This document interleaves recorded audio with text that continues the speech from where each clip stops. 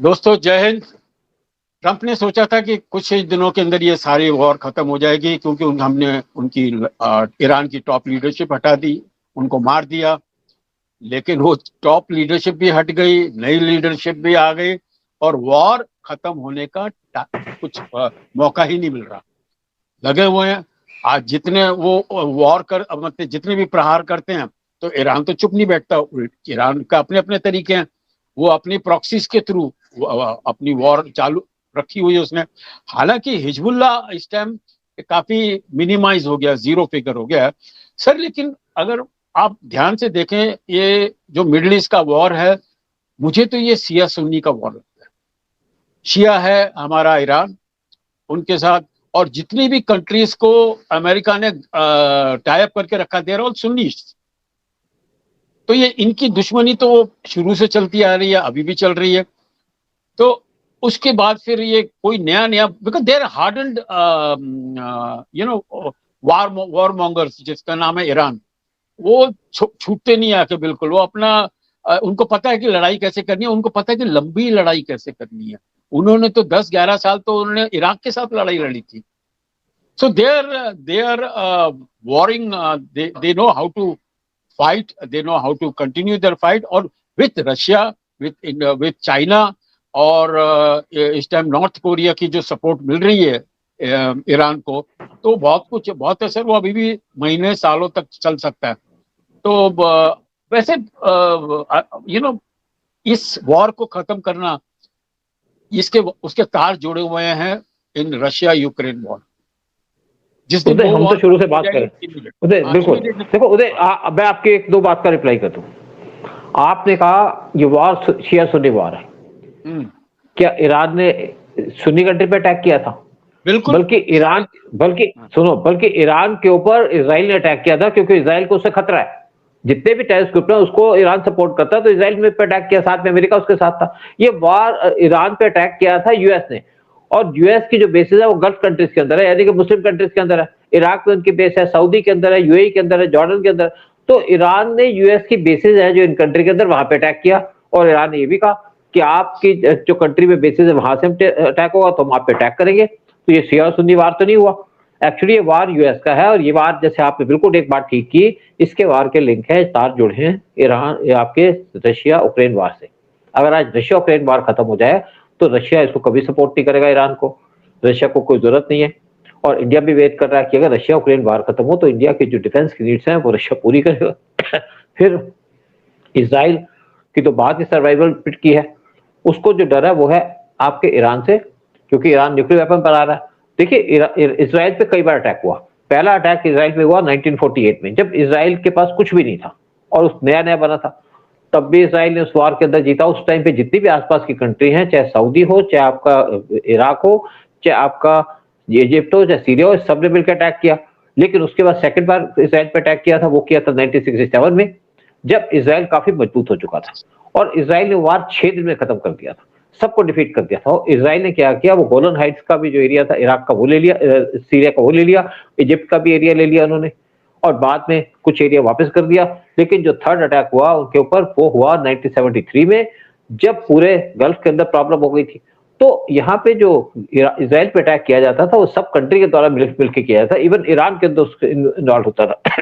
लेकिन अब जो ये वार स्टार्ट हुआ है, ये इस वजह से हुआ है कि जब अक्टूबर 5, 3 साल पहले 400 इसराइल के लोगों को मारा, स्पेशली हमास के द्वारा। मतलब आप देखिए कितना बुरा हाल किया था। लड़कियों का पेट फाड़ करके वहां से बच्चे निकाल दिए, मरी हुई लड़कियों से रेप किया, टुकड़े कर दिए सबके, आदमी के साथ बुरा हाल किया। हमास बहुत ज्यादा बलकर था, बहुत ज्यादा इन्होंने वहां पे अटैक की थी। ईरान ने उसके बाद जब बदला लिया, बहुत सही लिया। लेकिन आज हमारी जो पिंकी बैठी है पार्लियामेंट हाउस के अंदर, वो हमास को सपोर्ट करते हैं। राहुल गांधी हमास को सपोर्ट करता है, जबकि इजराइल का प्राइम मिनिस्टर नेतन्याहू कहता है कि इंडिया मेरा सबसे अच्छा दोस्त है, हमारे जो सबसे अच्छा दोस्त है वो है 1.4 बिलियन इंडियंस। लेकिन अगर इनको आज, क्योंकि देखिए वार होता है यहाँ पे, यूएस अटैक करता है ईरान के ऊपर, और फिर ट्रंप की स्टेटमेंट आती है कि हम इसको रोक रहे हैं, हम चाहते हैं पीस हो जाए, क्योंकि इनकी मिसाइल खत्म हो जाती है। आज यूएस की 40% मिसाइल जो है खत्म हो चुकी हैं, इनके पास स्टोरेज नहीं है, इस टाइम पे मिसाइलों की शॉर्टेज हो रखी है। और ये आज जो यूरोप के अंदर इनकी मिसाइल स्टॉक पाइल है, उनको ला करके ईरान पे अटैक करने की कोशिश करते हैं, जिसलिए यूएस बाहर रोकता है कि इसको मिसाइल की रिप्लेनिशमेंट करनी होती है। और ईरान के साथ क्या है, उसके साथ पीछे चाइना है। चाइना क्यों उसका साथ दे रहा है? क्योंकि इन्होंने वेनेजुएला के प्रेसिडेंट को हटा के कहा था कि हम ईरान का चाइना का ऑयल बंद कर रहे हैं। ईरान पे अटैक करके टाइम जो ट्रंप ने कहा था कि हम चाइना का ऑयल बंद कर रहे हैं। ऐसी स्टेटमेंट ट्रंप को देने की जरूरत नहीं थी। अगर ये स्टेटमेंट नहीं देता तो शायद चाइना ईरान को सपोर्ट न करता। लेकिन दूसरी बात है कि हमने पहले भी एक बात की है कि ये जो वार है, this is becoming very dangerous. क्योंकि पहली बार यूएस की फोर्सेस ने जब अटैक किया इस टाइम पे, तो उन्होंने जॉर्डन में अटैक कर दिया। अभी तक जॉर्डन आउट ऑफ रेंज था इसराइल के, ईरान के, लेकिन जब जॉर्डन पे अटैक किया तो यूएस को रिटेलिएट करना पड़ा, क्योंकि वहां पे इनकी बेस है। लेकिन मेन रीजन क्या है कि अभी क्या हुआ कि जब एक ईरान का शिप जा रहा था कैस्पियन सी के अंदर, कैस्पियन एक लैंडलॉक सी है, अकेला लैंडलॉक सी है वर्ल्ड के अंदर। ये मतलब रशिया, यूक्रेन, ईरान, ये सब उस सी के आसपास पड़ते, कुछ रशियन रिपब्लिक कंट्रीज आते हैं। तो वहां से जो उनका ईरान का शिप जा रहा था, उस पर यूक्रेन ने अटैक किया, तो अब ईरान उससे ही बदला लेगा। यानी कि वार फैलता जा रहा है, और वार फैल करके बहुत जल्द इसको रोका ना गया तो वार के बड़े सीरियस कॉन्सिक्वेंसेस हो सकते हैं। यानी कि वर्ल्ड वार हो सकता है, कभी भी किसी का बटन दब सकता है, या कोई मिसाइल जा सकती है जो नाटो के एलाइज है। तो उस टाइम पे जितनी नाटो कंट्री है उनको रशिया पे अटैक करना पड़ेगा। तो ये पॉसिबिलिटी पूरे तरीके से पब्लिक के सामने आ चुकी है, लेकिन हमारा मीडिया चुप बैठा है, वर्ल्ड का मीडिया वो चुप बैठा है, वर्ल्ड के लीडर्स वो चुप बैठे हैं, कोई इस पर ध्यान नहीं दे रहा। तो वार जो आज फैल रहा है, बड़ी सीरियस कंडीशन हो सकती है पूरे वर्ल्ड के लिए, और स्पेशली अमेरिका के लिए। तो आज जो पूरे वर्ल्ड में सिचुएशन चल रही है, यानी कि जो वार चल रहा था वो बहुत ज्यादा फैल चुका है और आगे भी फैलेगा अगर इसको रोका ना गया। ट्रंप कभी ना कभी तो स्टेटमेंट दे देते हैं कि हम वार रोक रहे हैं, लेकिन नेक्स्ट डे फिर अटैक कर देते हैं। क्योंकि ना तो इजराइल मानेगा, इजराइल तब तक नहीं मानेगा जब तक इजराइल को गारंटी ना हो, ना मानेगा ईरान। क्योंकि ईरान अगर इनके प्रेशर में आ जाता है तो ईरान अपना न्यूक्लियर प्रोग्राम छोड़ेगा नहीं, अगर वो छोड़ेगा नहीं तो अटैक होगा। और दूसरी बात है कि जब तक वहां पर रिजीम चेंज नहीं होगी तब तक कुछ नहीं हो सकता, और रिजीम चेंज होगी नहीं, क्योंकि रिजीम चेंज करने के लिए इनको अपनी लैंड फोर्सेस को भेजना पड़ेगा। लैंड फोर्सेस भेजेंगे तो इनकी बहुत से लोगों की जान चली जाएगी, यूएस की फोर्सेस की। यूएस की हिम्मत नहीं है कि ईरान के अंदर लैंड फोर्सेस भेजे, और तब तक ये वार चलता रहेगा। तो आज जो ईरान के अंदर सिचुएशन है बहुत डेंजरस बनी हुई है, इसकी वजह से पूरे वर्ल्ड के अंदर वार हो सकता है। आप फाइनल वर्ड कीजिए, फिर हम यही प्रोग्राम खत्म करते हैं। सर अभी तो नया खिलाड़ी आ गया वहां पर, ऐसा एक चेंज आ गया है कि यूक्रेन ने अटैक किए हैं ईरानियन शिप्स को, क्योंकि ईरान उनको उसका कहना यह है कि चाइना ईरान के शिप्स के थ्रू रशिया को आर्म्स भेज रहा है। तो वो एक नया टर्न आ गया। लेकिन सर आज सुबह जो खबर आई है कि ईरान अब इस वक्त because of internal fighting and because of the American bombing आज काफी ढीला पड़ गया है, कमजोर पड़ गया, जो हम लोग कब से सुनते आ रहे हैं, कमजोर पड़ गया है। And now he is they are ready and peace talk में बी अनाउंस, पीस टॉक हो रही है, और कभी भी एक खुशखबरी आ सकती है, आज कल या परसों के बीच के अंदर। Let's us hope for the best. मैं इसमें दो बात आप फाइनल करने से दो बात करता हूँ आपको। एक्चुअली जो वार की जो हुआ ना, इनकी पीस टॉक क्यों फेल हुई? पीस टॉक इसलिए फेल हुई कि बीच में पाकिस्तान मेडिएट कर रहा था। पाकिस्तान जो अपनी कंट्री के अंदर पीस नहीं ला सका, वो दूसरी कंट्री के अंदर क्या पीस लाएगा? पाकिस्तान डबल रोल प्ले कर रहा था, एक तरफ अमेरिका को मिसगाइड कर रहा था, एक तरफ ईरान को मिसगाइड कर रहा था, मतलब पूरी खबर नहीं पास कर रहा था, जिसकी वजह से पीस हो नहीं सकी। लेकिन पीस के लिए सबसे ज्यादा जरूरी क्या है? सीरियसनेस। ईरान सीरियस नहीं है, क्योंकि ईरान अपने न्यूक्लियर प्रोग्राम को छोड़ना नहीं चाहता, और यूएस चाहता है कि उसका न्यूक्लियर प्रोग्राम छोड़े, तभी पीस होगी। तो यहाँ पे कुछ है, दोनों जो साइड है अपने एलिमेंट है। नेचुरली बात है कि जब तक ईरान अपना न्यूक्लियर प्रोग्राम छोड़ेगा नहीं, तब तक यूएस को वहां पे अटैक करना पड़ेगा, क्योंकि इस टाइम पे यूएस की सर्वाइवेबिलिटी की बात है। और दूसरी बात ये भी है कि यूएस ट्रंप, देखा जाए तो आज जो वार चल रहा है ईरान और यूएस का, उसमें एक हिसाब से यूएस हार चुका है, यूएस इज डिफीटेड। क्योंकि यूएस ईरान की रिजीम ना चेंज कर सका, ना वहां पे पीस ला सका, ना होर्मुज को खोल सका। और जो होर्मुज का बंदा है वो देश के लिए, पूरे वर्ल्ड के लिए बड़े सीरियस बात है।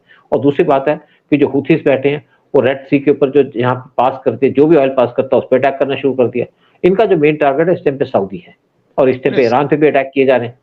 तो देखते हैं क्या सिचुएशन लगती है। कि लेकिन मेन बात है कि अगर वर्ल्ड लीडर्स इस चीज को, सिचुएशन को समझे और वो कहें कि हम यहाँ पे पीस चाहते हैं, तो सबसे पहले उनको रशिया यूक्रेन वार खत्म करना पड़ेगा।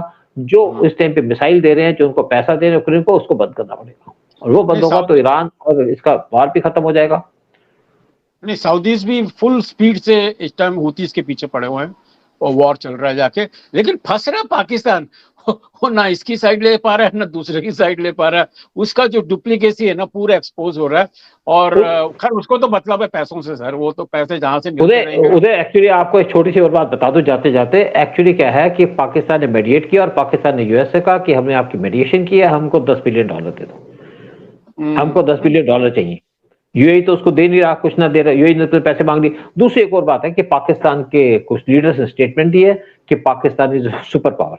तो मैं आरजू काजमी की स्टेटमेंट देख रहा था, वो कहते हैं जिस देश के अंदर आटा नहीं है, जिस देश के अंदर पानी नहीं है, जिस देश के अंदर बिजली नहीं है, जिस देश के अंदर खाने पीने की चीजें नहीं है, जिसके अंदर महंगाई है, जिसकी कंट्री के अंदर हर एक जगह में गोलियां चल रही है, एक तरफ बलूचिस्तान के अंदर, एक तरफ पीओके के अंदर, एक तरफ आपके खैबर पख्तूनख्वा में, वो देश कह रहा है मैं सुपर पावर हूं।